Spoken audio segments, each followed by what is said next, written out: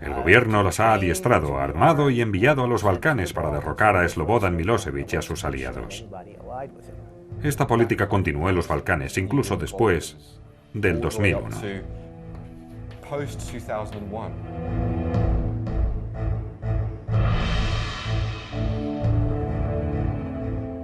Los servicios secretos americanos, que durante la guerra solo entregaron armas, después de la guerra también emplearon a mujahidín en paro. Hay un montón de testimonios de los mujahidín recogidos por los tribunales alemanes. Fueron contratados por subcontratistas del Pentágono, más en concreto por la empresa privada MPRI, Military Professional Resources Incorporated.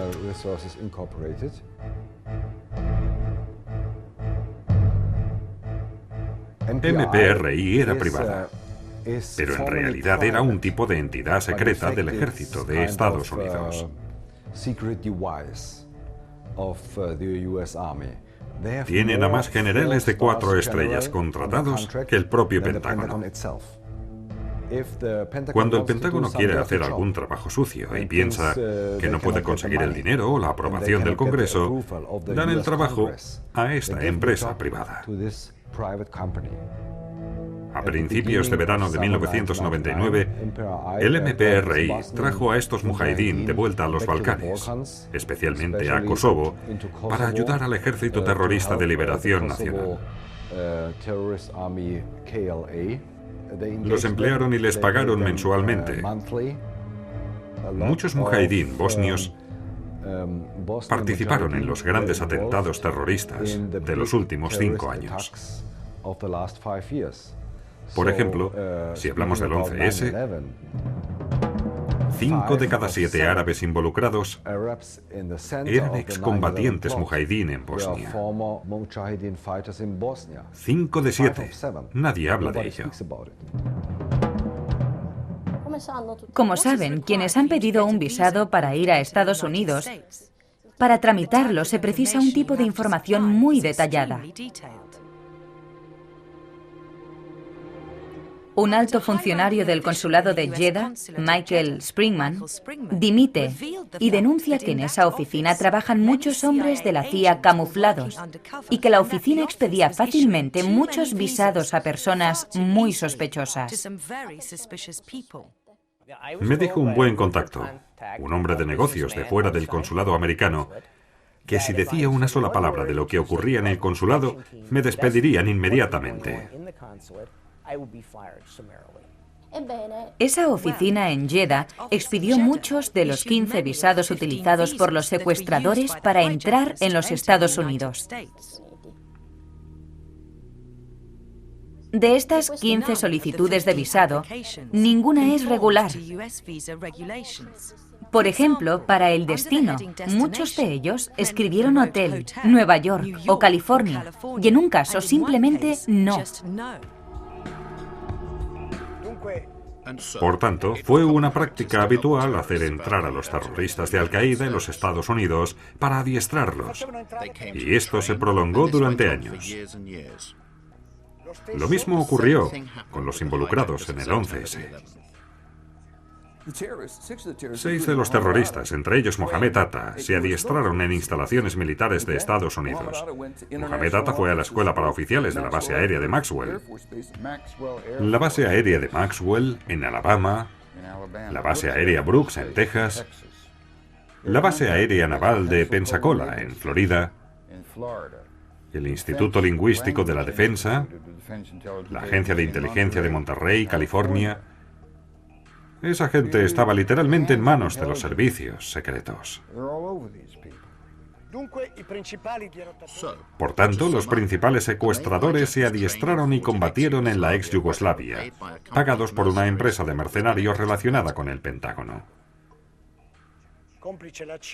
Gracias a la CIA consiguieron los visados para entrar en Estados Unidos. Una vez en América, hicieron todo lo posible para ser reconocidos y para llamar la atención, ya que estaban seguros de su impunidad.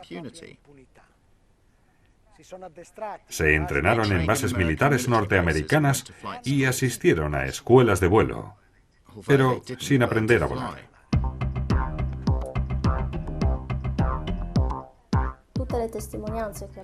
Todos los testimonios sobre estas clases de vuelo indican que estos hombres eran totalmente incapaces de pilotar incluso pequeños aviones. Por ejemplo, Mohamed Atta contrató un avión en una escuela de vuelo, pero ni siquiera fue capaz de despegar. Lo dejó abandonado en la pista y se fue. En cuanto a los otros dos pilotos, su instructor, Rick Graza, dijo a los investigadores y a la prensa que él no podía entender cómo esos dos podían haber pilotado un avión. Sus palabras exactas fueron que eran como dos tontos muy tontos en un avión.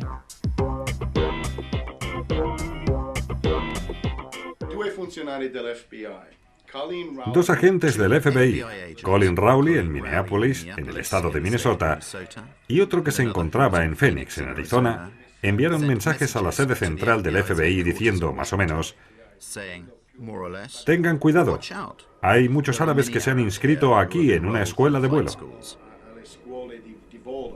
La primera persona en la escuela de vuelo en llamar al FBI se arriesgó mucho, porque pasó información sobre un cliente extranjero.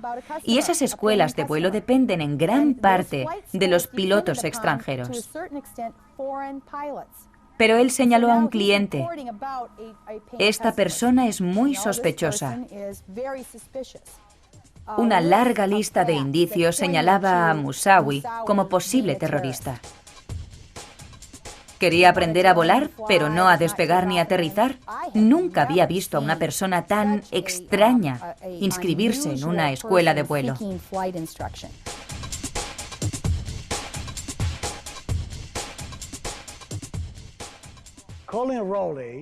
Colin Rowley informó inmediatamente a sus superiores en Washington, pero no pasó nada. Las investigaciones fueron obstruidas. No hubo advertencias de las que sea consciente que permitieran prever este tipo de operaciones en nuestro territorio. Escribí un informe en mayo de 2002, de 12 o 13 páginas, para la Comisión Conjunta de Inteligencia. Básicamente, lo que decía era que no era verdad que los atentados del 11S no hubieran podido ser previstos. Durante el verano anterior al 11S, el director interino del FBI, el señor Picard, intentó advertir un par de veces al ministro de Justicia y fiscal general Ashcroft sobre el riesgo terrorista. La primera vez, Ashcroft mostró poco interés por el asunto. De hecho, en el agosto de 2001 definió el terrorismo como la última de sus prioridades.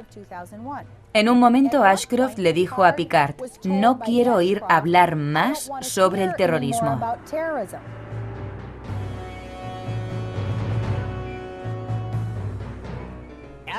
Después del 11S, cuando escuché que los aviones se habían estrellado en las Torres Gemelas y en el Pentágono, me dije, Jesús, han sido las mismas personas que, según Los Angeles Times, habían obtenido sus visados en el consulado de Estados Unidos, en Jeddah. Llamé al FBI y les conté cómo funcionaba el programa de visados para terroristas. Me pasaron de una oficina del FBI a otra hasta que llegué a la sede en Washington y allí alguien me dijo, nos pondremos en contacto con usted. Pues bien, 6 años después todavía sigo esperando.